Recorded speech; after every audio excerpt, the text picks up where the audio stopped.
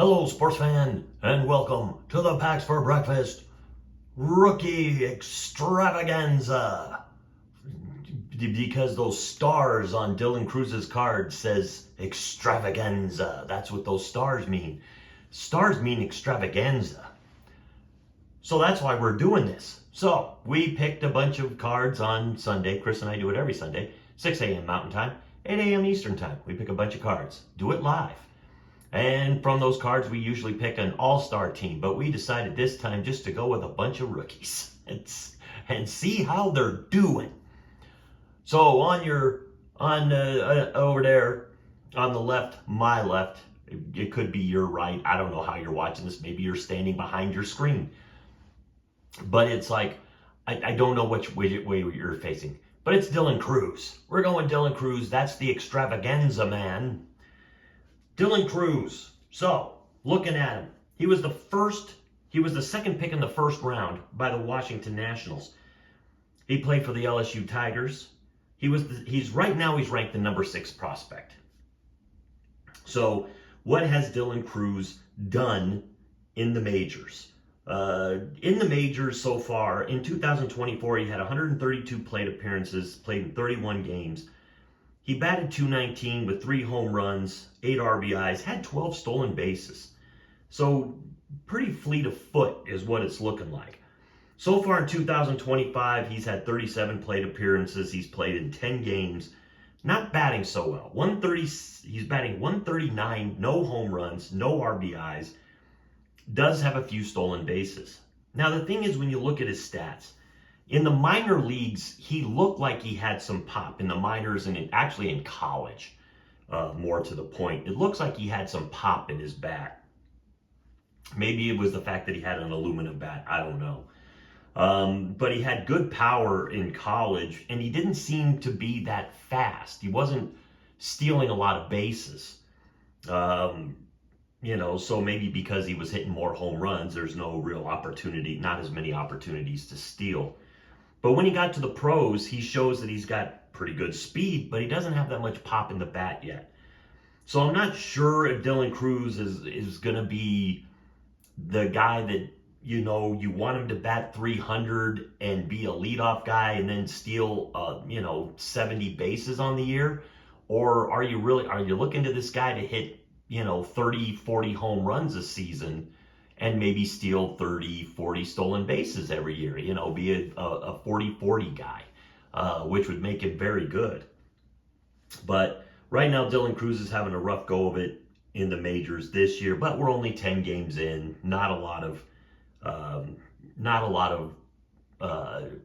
evidence to show anything right now that he's going to be a bust you got to figure the kid is still only 23. He's still got years in front of him. Hoping that maybe once he gets, maybe another 100, 200 at bats under his belt, it's like, maybe we really start to see what this guy is truly, truly capable of. He came up last year towards the end of the year, probably a September call-up or maybe a little earlier. But, I know that they're high on him. They're really, you're not ready to give up on a guy at 23. But we'll talk about Blalock'ed now. Bradley Blalock'ed. This is a Rockies pitcher. So there's nothing good that can come of this.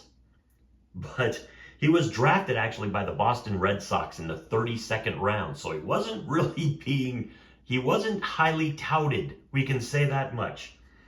He's on the 40-man roster. I think he's in the majors right now with us because he has played 2 games for us. He's got a 6 ERA in 3 innings with 2 strikeouts and no walks. So he's given up some runs, but he's only had a couple of games. And if he's in the bullpen, of course he's going to give up runs because Rockies bullpens are built to do that. He was traded from Boston to Milwaukee for Luis Urias something, but that's how we got to Milwaukee, because then Milwaukee said, hey, we had this guy pitch 1 inning for us in 2024, 1 inning, and then we said, you know what, we're going to trade him to Colorado for Nick Mears. And then the Rockies also got, Eugenio Herrera. Eugenio Herrera. Boy, if you could see that name, if you could just see that first name. I can pronounce the Herrera just fine, but the other part of it. Now, Blalock in the spring looked pretty good. He started 3 games. He was 2-0 with a 1.02 ERA. He had 17 innings pitched and he struck out 20. So he looked pretty good in the spring. Last year, he started 6 games for the Rockies. He was 1-3 with a 6.07 ERA, 29.2 innings pitched, 20 strikeouts, 19 walks. The Rockies are desperate for pitching. My guess is right now, I think our starting rotation is fine. Dollander pitched pretty well.